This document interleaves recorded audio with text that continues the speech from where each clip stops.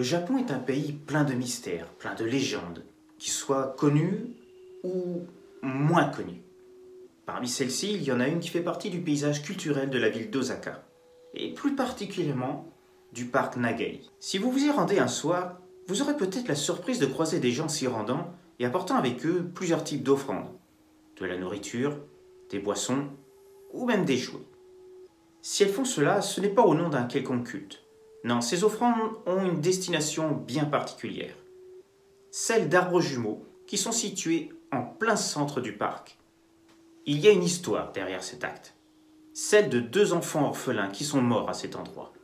Hiro et Akemi. Ils jouaient chaque jour précisément à l'endroit exact où se situent les arbres jumeaux aujourd'hui. Avec presque rien. Des morceaux de bois, avec des morceaux de feuilles qui figuraient les habits, et représentaient les personnages de leur manga préféré. Il y avait toujours un petit panneau qui se trouvait juste devant eux, demandant la charité, principalement de la nourriture, car bien évidemment, n'ayant pas de revenus, il leur était impossible d'acheter quoi que ce soit. Et les visiteurs du parc s'étaient habitués à leur présence.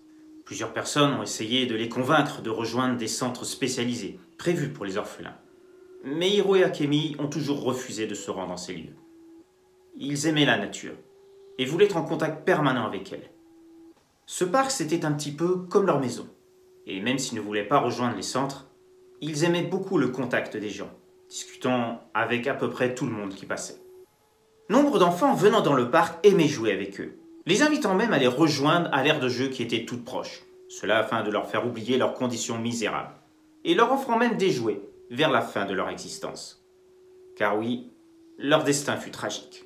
En plus des dons de nourriture et de jouets, certaines personnes leur offraient même de l'argent, ce qui permettait à Hiro et Akemi de s'acheter quelques petits plus, comme des glaces ou des sucreries auprès des commerçants qui étaient proches du parc. Les commerçants étaient habitués à les voir, et les gratifiaient même parfois de quelques réductions et d'un grand sourire. Mais tout le monde n'était pas aussi bienveillant. Et une nuit, un couple sans scrupules s'en sont pris à eux, pour leur prendre argent et nourriture. Hiro et Akemi ont bien tenté de se défendre. Mais leur jeune âge ne leur permettait pas de faire face à des adultes. Ils sont morts sous la lame des couteaux du couple, ce dernier fuyant après leur acte, laissant les corps sans vie des enfants à l'endroit où il les avait tués. Leur sang s'est incrusté dans le sol, jusqu'à parvenir à un esprit de la terre. Ce dernier, voulant savoir pourquoi un liquide aussi inhabituel était parvenu jusqu'à lui, remonta à la surface, découvrant les corps des enfants. En touchant les corps des enfants, l'esprit eut connaissance de leur histoire et de la manière dont ils étaient morts. Il a eu pitié d'eux et a voulu leur offrir une sépulture et une vie après la mort digne de l'émotion que cela lui avait suscité. Alors il transforma leurs corps en arbres qui s'érigèrent sur le lieu qu'ils aimaient tant. Le lendemain, les habitués du parc qui avaient l'habitude de venir les voir comprirent tout de suite ce qui s'était passé, en voyant du sang qui était resté sur l'herbe. Et aussi parce qu'il y avait des messages inscrits sur l'écorce des arbres. Sur l'un des arbres figurait ceci.